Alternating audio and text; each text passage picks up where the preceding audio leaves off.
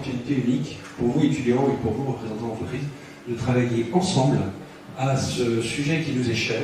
Et en fait, c'est un superbe cheval de Troie pour transformer culturellement et managérialement les entreprises de l'intérieur. Que ce soit en mode projet ou en mode managérial, ce sont des experts qui sont passionnés pour faire évoluer l'entreprise. Et notre pourquoi commun, c'est de donner plus de sens sur le terrain avec des outils concrets. C'est pas juste du management et du leadership. C'est du management et du leadership ancrés sur des outils, des améliorations, des compétences, des modes de travail, des flux, du processus. Donc oubliez les jargons techniques, que vous soyez élève ou que vous soyez un peu moins expert en excellence opérationnelle, et lâchez-vous sur ces 3 thèmes que nous allons vivre aujourd'hui. Donc ces 3 thèmes sont simples. Le premier, c'est comment on initie une démarche de transformation d'une entreprise, qu'elle soit digitale, qu'elle soit managériale, qu'elle soit d'excellence opérationnelle.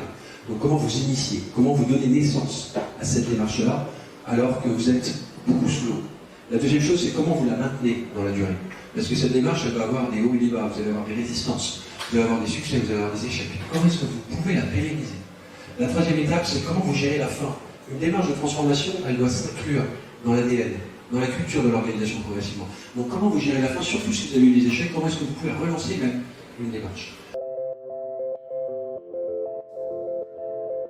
On gère 1,3 million d'assurés sociaux, 7200 professionnels de santé, 70 000 employeurs. Et notre but, c'est de protéger évidemment la population contre tous les aléas de la santé, réguler et maîtriser les dépenses de santé, sport national, et prévenir bien sûr la maladie par la prévention. Voilà donc très brièvement présenter la caisse des IMI. La question à se poser, c'est qu'est-ce qui nous limite vraiment? Alors ce qui nous limite, c'est, vous le savez très bien, aussi bien que moi, c'est l'organisation, les normes, les procédures. C'est terrible ça. Parce que finalement tout ce qui est procédure, ça limite la réactivité des gens. Parce qu'ils s'engagent dans une procédure, ils ne sont pas réactifs. Vous avez aussi tout ce qui est management par la division. C'est-à-dire, on est très segmenté, on divise, et si on divise, eh bien, il y a des luttes de pouvoir, et surtout, il n'y a pas de transversalité. Vous avez aussi management par le contrôle. Le contrôle, la plupart du temps, il en faut, d'accord, mais le contrôle, c'est en défaut, c'est la soumission. Alors, les pratiques, on les a mises en place, parce que notre effort constant, c'est de réduire l'intention, de réduire l'écart entre l'intention et l'action. Et on essaie toujours de réduire l'écart entre l'intention et l'acte. Ça, c'est constant chez nous. Il y a un sondage d'OpinionWay en 2017, vous savez peut-être d'ailleurs, c'est l'autonomie est une compétence clé du métier idéal pour 93% des moins de 30 ans. Quand je dis que les temps changent, les moins de 30 ans, nous disent 93% de ce qui m'intéresse, le clé idéal de mon job, c'est l'autonomie.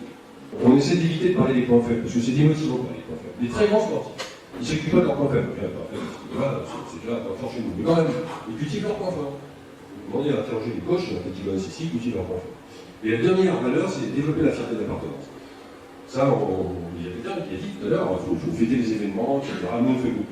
On a des défis, c'est-à-dire il y a 10 défis différents, la photo, le sport, etc., je ne sais pas quoi. Toujours, et après on fait des fêtes à la fin d'année. Les gens viennent de plus en plus nombreux. On participe à la course, ce dimanche, je fais quoi, je montre l'exemple. Il y a 120 inscrits chez nous qui participent à la course de Tour de Rose, là, voilà, contre le cancer.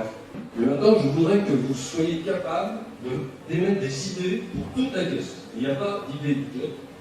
Et on a monté un système d'innovation participative. Alors, c'est plus facile à dire qu'à faire. C'est-à-dire qu'on a un site exprès, il y a un suivi, on répond aux gens. Si on dit non, on explique pourquoi c'est non. On met les trucs de côté, les gens après ça peut sortir parce que c'est pas mûr avant, les gens après ça peut être mûr. Donc on a tout un job extraordinaire.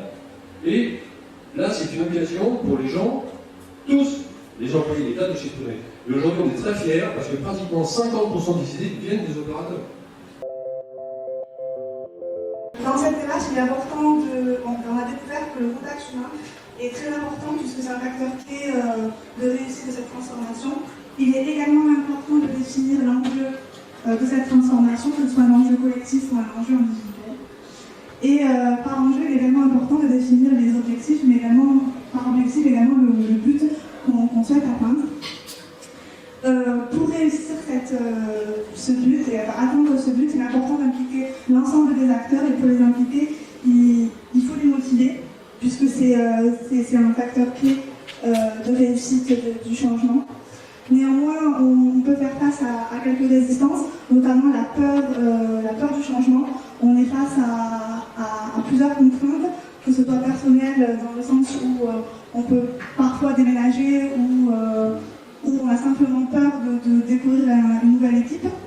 En termes de bonnes pratiques, pour favoriser ce changement, mais également impliquer l'ensemble des acteurs.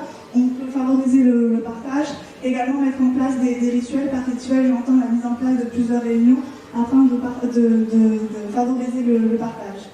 Bonjour, donc nous on a travaillé sur le thème 2. Une des premières solutions qu'on a trouvées, c'était trouver le sens à la transformation. Il faut vraiment qu'on explique à tout le monde la vision, qu'on explique le but, la ligne directrice, afin que durant toute la transformation, après l'échec, personne ne sache pas pourquoi on fait ça. Donc tout le monde doit savoir pourquoi on le fait. Et le cadre, j'ai vu ça. Une deuxième solution qui nous semble centrale, c'est de se mettre en état d'esprit de co-construire, donc d'embarquer tout le monde et de former une équipe pour justement tendre vers cette vision commune. Et c'est donc une fois que tout le monde y trouve son bien et que tout le monde est dans la démarche qu'on va pouvoir arriver à avancer. On a fait à notre but dès l'instant de la démarche mise en place.